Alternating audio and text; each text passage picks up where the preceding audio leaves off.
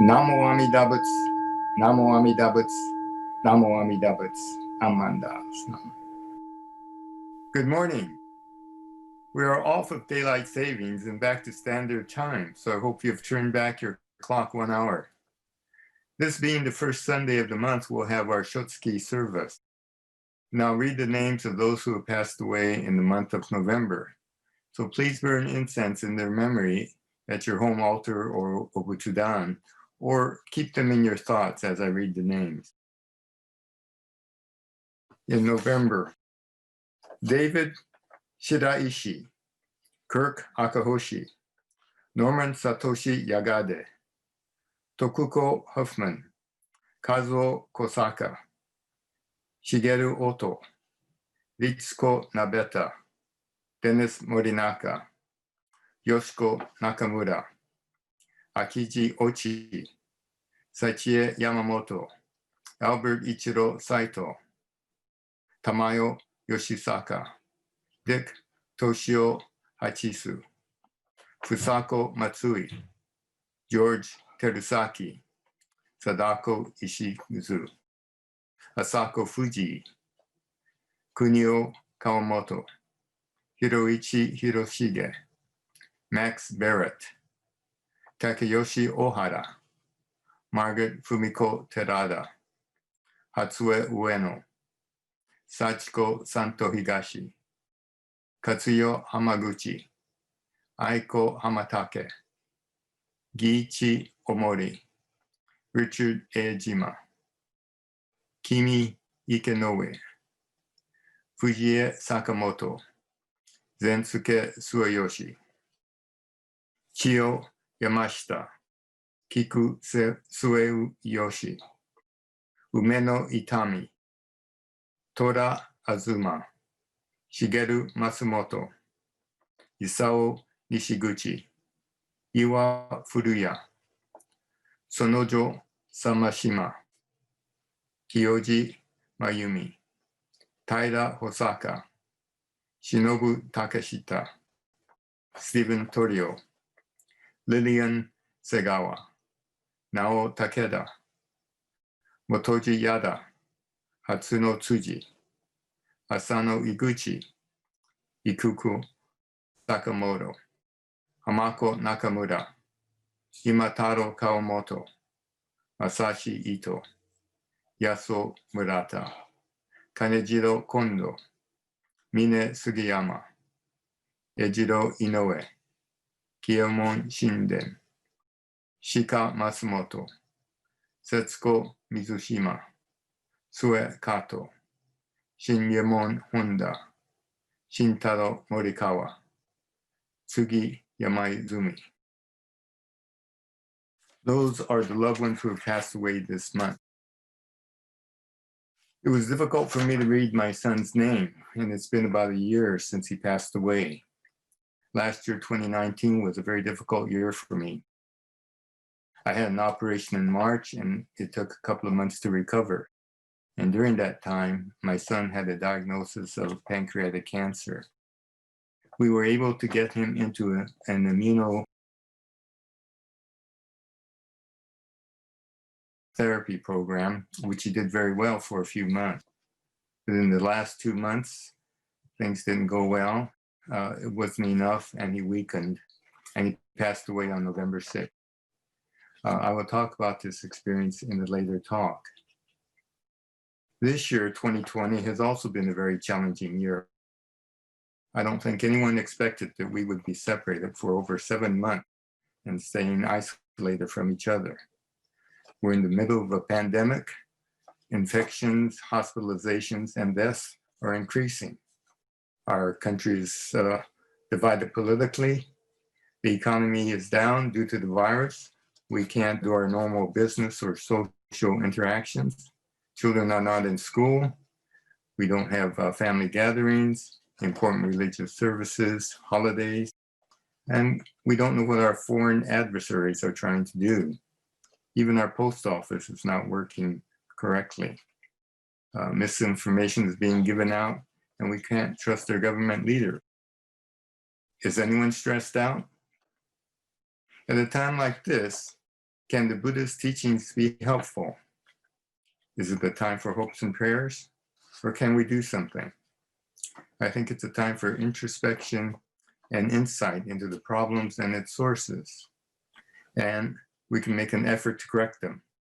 So I thought this would be a good time to really go back and review our basic Buddhism and to apply these principles so that we have an understanding of why we are in this situation and what we might do about it. Most of you know the story and history of Siddhartha Gautama becoming Buddha. So I'll just give a very short review of it. As a young prince, he was troubled by the events of old age, illness, and death. And so to seek out his answer, he left his ordinary princely life. And he did something that was active, and he got physically involved.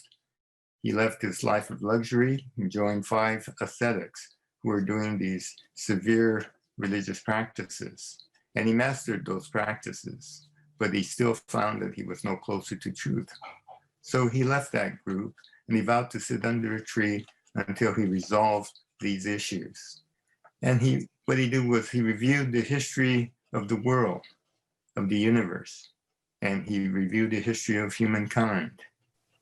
And he realized that humans have this ability of self-awareness, which is both a blessing and the cause for our discontent. The Buddha's enlightenment was a discovery of truth, not belief. And they were not words from a god.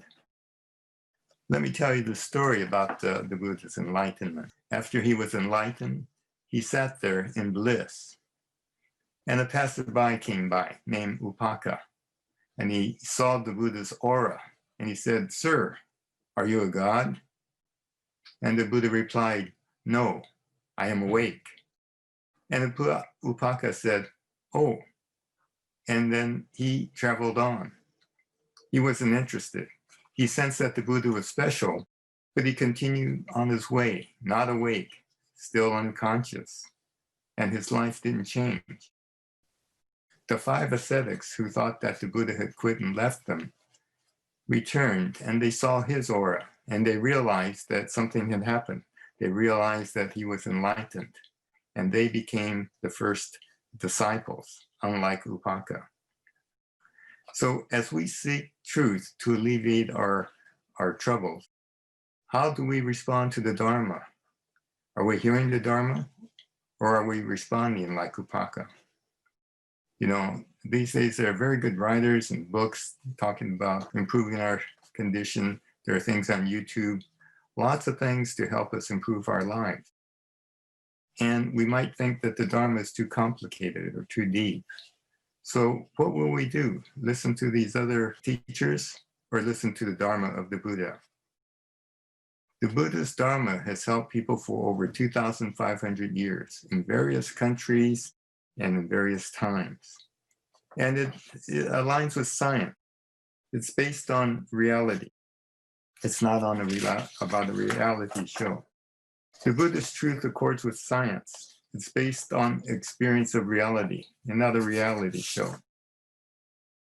And there are a few wars, and there's a lot of tolerance, and there's acceptance of many different sects. It's an advocate for harmony and nonviolence. The Buddhist truth exposes all sides of positive and negative. And it talks about all things that change and all things are connected. So did Siddhartha's answer to his concerns as he became Buddha, did it solve things? Did it solve the areas of sickness, old age, and death? We can think about sickness. There's also the idea that the body heals itself and other people help. Old age, we can think of it that there have been many years of life that we have enjoyed, and also others help in our old age. And death. The opposite is that we are alive now. We have been born human beings against incomprehensible odds. Others comfort us. Are we awake to this life? The truth, the Dharma can help us. It can help us through any problems, either human problems or problems from nature. It helps with sickness, old age, and even death. So all other problems can be worked out, and past history demonstrates this. To make Siddhartha's story more real, let's compare it to our life today. I mentioned all the problems we have right now. Things are all out of balance. But the Buddha was born at a similar time. There was a caste system in India where there were different classes and they were discriminated against the lower classes. Disease was very prevalent. Poverty and hunger were common. Illness and death were common. Religious practices had limited effect. So after sitting in bliss, the Buddha stood up and he began the turn of the Dharma wheel. In other words, he realized that his own enlightenment was not just for his benefit. He realized that he must stand up and actively move forward for the benefit of all others. Unless others were helped to see truth, many things would not change very much. And so he vowed that he would help all others be awakened to truth. So the 5 ascetics began the Sangha, the followers of the Buddha. And with that, they multiplied. And what they were talking about was to work against these attributes of anger, hatred, and greed.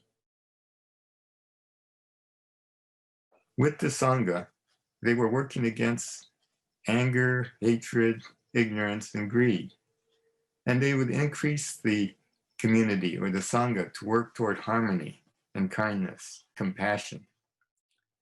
With more people turning against hatred, greed, and ignorance, they would help to work toward kindness, harmony, compassion, and wisdom. The work of the Sangha is to help others beyond the limits of personal pleasure, so that everyone feels included to be part of the whole. This is the reality of interdependence. We are all in it together. If one suffers, we all suffer. If one is happy, all others can be happy. So, are we ready to help others experience true happiness? Hopefully, we're not like Upaka, who walks away thinking there's a better way, perhaps. Now, we don't have any intention of converting or convincing people like Upaka who may not be interested. We're not into proselytizing. Our first intention is to really understand and experience the Dharma and its effect on ourselves. And as part of that, we might learn by sharing it with others, because we have to make sense for it for ourselves. And our discussion expands our knowledge and experience by listening to the experiences of others. So the truth is essential to living our own life. And it's always good to check with perhaps someone with a little more experience. But each person may have a slightly different experience, and all these diverse views contribute to the whole. But unlike the peasants and mass populations of ancient India and feudal Japan, we have some thought that say so in the governance of our lives. In a democracy like ours, we have power to voice our opinion toward whether it be a divided country or one that comes together with our differences. The principles of Buddhist thought is to move away from hatred, greed, and ignorance, and to move toward wisdom, compassion, kindness, and harmony. So let's put our efforts together to stand up like the Buddha and make real the universe of wisdom and compassion. And we have an opportunity to do that this week. The Buddhist truth exposes us to all signs of reality, the positive and the negative, as we see that all things change and all things are connected. And sadly, we have seen that this week as we lost 2 members of our Sangha this week. They were both very active and contributed much to our Sangha and the betterment of our temple. This is impermanence. Physical life is impermanent. Now, that could be a negative. And we see that as we burn incense, as the solid incense piece turns to ashes, smoke, and fragrance. However, the other truth of interdependence tells us that we are all connected. Although we may have lost the physical connection, we maintain a spiritual one. And this is symbolized by the gasho, putting our 2 hands together. The left hand symbolizing ourselves, and the right hand, Amida Buddha. And together, we know that we are always together, just with this symbol of the Gassho, having our hands close to our hearts and reciting the Nembutsu, Namo Amida Butsu. And with that, we accept the truth of the Buddha of interdependence and impermanence. And so please join me in expressing our deepest appreciation for all those who have gone before us, as we may have given the names of those in our Shotsuki list and those who have recently passed. Gassho. Namo Amida Butsu. Namo Amida Butsu. Namo Amida Butsu. I'd like to give some information about the weeks to come. On November 15th, a couple of weeks from now, we will have Reverend Koho Takata of the West LA Temple, and he will give a talk in both English and Japanese. And the week after that, on November 22nd, we will have our All Living Beings Memorial Service. So if you have had a pet or would like to name any living being that you would like to honor at the service, please notify our office with a name and perhaps a short description. And following this talk, Noriko Kawai, a minister's assistant, will give a Dharma talk in Japanese. And please log on to our website to get that. And join us on Buddhism 123 on Wednesday night at 7. I think we will be shortening our discussion to about an hour. And what we'll be discussing is what problems cannot be answered by the Dharma. So we hope to see you there. And thank you again for joining us.